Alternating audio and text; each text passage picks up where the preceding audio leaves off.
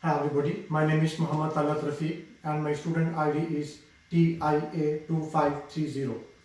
We are here to present our final presentation of international trade and enterprises, and our specific topic is international labor mobility and its effects on countries, and we will discuss especially the effects of international labor mobility onto the Australia. So first of all, I will give you the brief introduction of this topic, that what this topic is. So mobility is the basic right of human freedom. So as we know that nowadays in the world there are two different economic systems are dominating. The first one is capitalism, and the capitalism has a very good slogan, which is the capitalism has a slogan of liberty, while the other one is socialism, which has a slogan of equality. But if we see that the capitalism is the capital form is free to move from destination A to destination B, and there's no restrictions on that. Any company, any multinational company in the world, any investor, any businessman, they can move to any part of the world, whether in Europe, Africa, or India, or China. They can build their factories, they can introduce service organization over there, because they are free to move there. But there are a lot of restrictions on the movement of labor. So the capitalism slogan is very good, but we can see that only the capital is free to move, not the labor, not the skilled labor. So if we see that the countries who are inviting the skilled labor from all over the country, they are very they are growing rapidly, especially Australia, Europe, America. They are growing due to the high number of immigrants, because it's not only good for the country's economy, it's also good for the individual who is migrating from country A to country B. And we can see that the person from health point of view, and from education point of view, and from economic point of view, they are getting much more things. Okay, so now we will discuss some trends in international labor mobility. So we can see that the first historical trend in international mobility is 19th century, and we can see that the people from all over the Europe and from Africa moved to some countries, especially Atlantic countries and America. And the second biggest trend in the labor mobility is we can see that the Great Britain invited a number of immigrants and skilled immigrants from all part of the world. And we can also see that under the effects of globalization, can you see the next slide, please? Okay. In 1970, we know that the Middle East is very rich country for the natural resources, especially for the oil resources. Especially in the 1970, there was a huge increment in the economy of all the oil producing countries, especially for the Saudi Arabia and UAE and some other countries. And there's the people from Asia, Africa, and some other countries move to Middle East. And there's if we see from today's trend, today we can see that the India, Mexico, and China, these are the popular destinations. The people are moving there, whether it's a capital or whether it's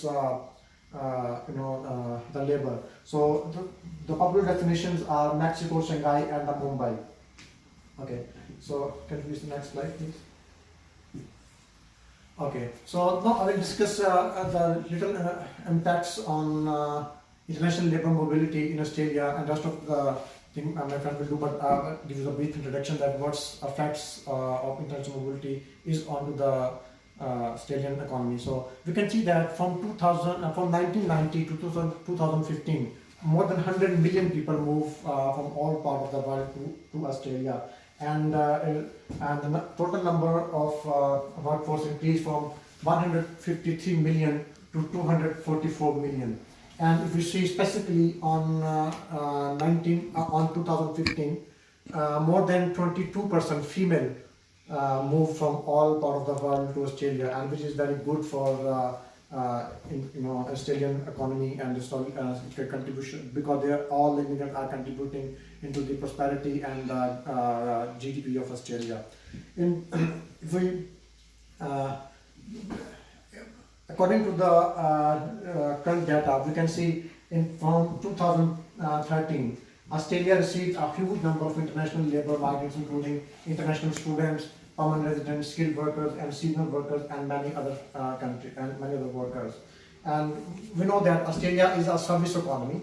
So nowadays the economy is shifting from manufacturing economy to service economy. So for service economy, you need more skilled labor.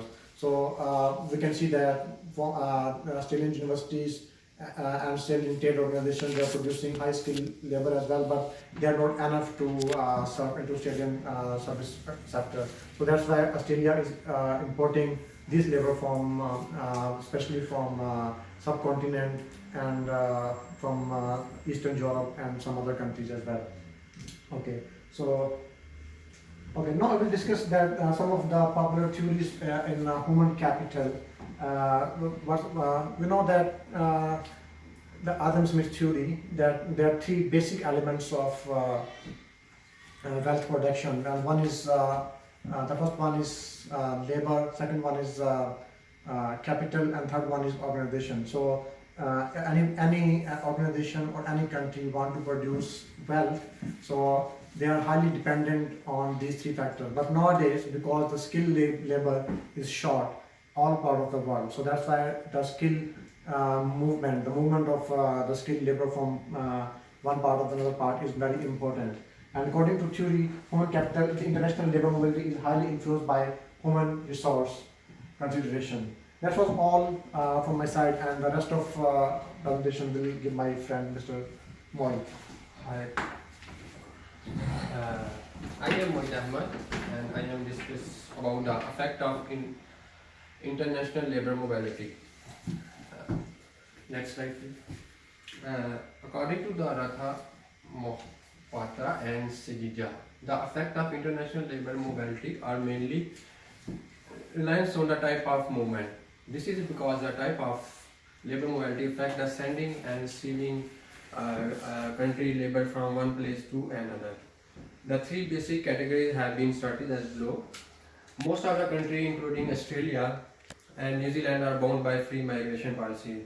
In last few years, you see that so many people are coming in Australia and New Zealand because they have a lack of qualified labor.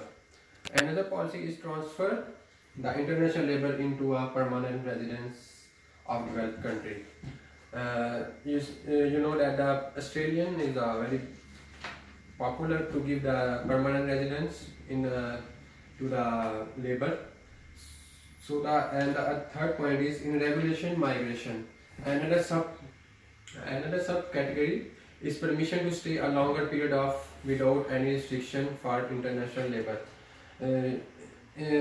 In America and Europe, they don't give a permanent residency to unqualified person. They mostly prefer to the qualified person to give the permanent residency. There are other category under which international workers are allowed to work and stay, but with certain limitation. These include contract migration for wage, earn and business or official migrants who possess a work permit. In this point, you see that they pay wages earned according to the business and official migration. This type of migration category is opposite the classical theory of labor mobility. Economy take a homogeneous approach to keep the worker in a free market within the country. The classical model also believe in this the fact that country globally also adopt higher wages model in case of shortage of labor force within a specific country. Next slide, yes. Furthermore, the remittance are the key source of foreign exchange and contribute majority to gross national product of migrant country. This is that so many people are sent and receive the money from one country to another country, so that at the report of the World Bank, the remittance received by developed country globally has reached the US $351 billion in the year 2001. It's a very huge amount. Both the sender and receiver meet allow internationally labor mobility due to its economic benefit to society and economic development of a country. Now, the next slide, please. The effect of international mobility in Australia. The international labor mobility has put several benefits in the overall development of Australia. The four are mentioned below: population, fiscal impact, productivity and innovation, employment and labor market. I will discuss 2 points, population and fiscal, and the rest of 2 points is discussed by the next partner, Amir. So first I discuss the population effect on the Australian mobility. The international mobility have vastly contributed to growth of Australia, mainly in terms of population. You know that the Australian population is very low according to its land. So they provide us so many local mobility. Australian migrant policy are encouraging international migrants to work within marginalized communities of the country. In 2010, the immigrants counted as 1.9% of an active worker and in participant in economic growth of Australia. On the other hand, more than 89,540 residents of Australia have moved to other regions. And around 74,200 other Australian natives permanent shifted to foreign countries. It's a very huge amount. 74,000 are moved to the other countries. So one of the key positive impact of the immigration is an active labor participant for the development of marginalized area and made the challenges of skilled worker in case of labor shortfall within the market. The other point is the fiscal impact. The key impact of the international labor mobility is a term of fiscal impact, as it contributes revenue generation for the government via taxes and result get services and advantage provided by the government from the revenue. You know that the Australian impose so many taxes on the employer, but it's a good thing. They also provide a good service to the people of the country. The key contribution of the international workforce is through the budget of Commonwealth. Since last 2 decades, the workforce participation by immigrants has widely increased in Australia. Currently, the policy of immigration is also focusing on the making priority to provide work-life opportunity to immigrants at a young age. You see that in teenagers are also work in a KFC, and they provide a skill in teenager age. Additionally, the government support permanent skilled immigrant to generate high return. You know that the government also provide a permanent residence for those people who have a highly skilled people. So the next part is discussed by my third partner is Amir. So my point is productivity and innovation. Along with population and fiscal impact of international labor mobility, there are other key factors that include productivity and innovation. As per recent report, productivity and migration in Australia, it has determined that labor mobility has a wide and positive impact on productivity. This is because a significant contribution of immigrants to the core workforce of Australia in specific industries due to high skills, qualification and English language skills. I would say they came from different backgrounds, they have different qualifications, they have different skill level, they have different understanding level, they have different mental levels. So they have different way of do a specific kind of job, or they can make different kind of productivity, or they can improve the productivity. In that case, that they can use their different level of intelligence. Like in addition to that, the immigrants are the key source of innovation, as they bring innovative and unique ideas due to their diverse backgrounds. As I told you, that they came from different backgrounds, they have diverse backgrounds, so they have different capabilities to do different kind of work. Innovation in business is the key toward growth and prosperity by the government of Australia. In this regard, several policies have been introduced that support innovation at all stages, on international level, on national level, on industrial level, and even in organization as well. As we know that Australian government, they are making such policies that are very useful and that are very beneficial for their productivity in all the sectors of the economy. So that it has very strong policies they are making, and day by day they are increasing and they are improving their policies so that they can utilize their resources in a very better way. And the next one is employment and labor market. In Australia, immigrants with high skills possesses high standard employment that includes mainly the high income and high salary jobs in order to utilize their skills. In Australia, as everyone knows, that the people who have got more skills or who have got like very strong skills in specific field, they are gaining more wages and more pay as compared to the other people who don't have like enough skills, or if they are in the normal labor force.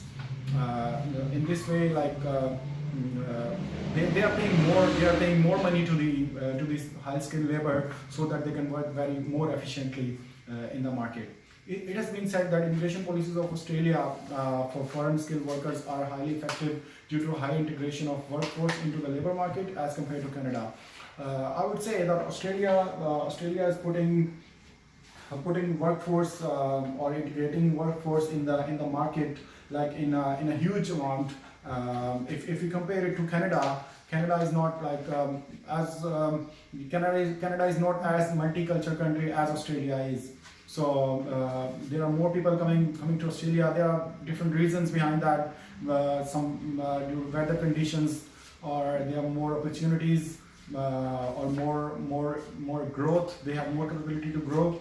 So despite this increasing employment rate, the unemployment among female immigrants is very high, and international students confronts with several challenges to get permanent skill visa and get high salary jobs. So here the international students are facing a hard time to get the permanent residency of Australia, to get the high skill job and to get more paid. So in the end, I will conclude our presentation by having these words that it has been identified from research and analysis that international labor mobility started in 1970s. In all over the world, people are trying to move to the other countries to get more jobs, to get more paid, and to improve their living standard, and to get more healthy employment and improve their health as well.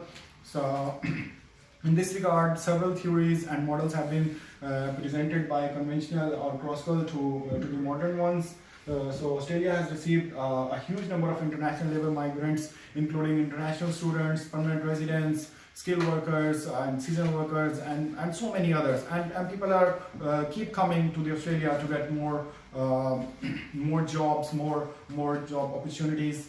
And additionally, I would say in the last that it has been examined that labour mobility globally affects economic and social factors, including increasing remittances, improving living standard of the people, reducing risk factors and poverty from the center point of view.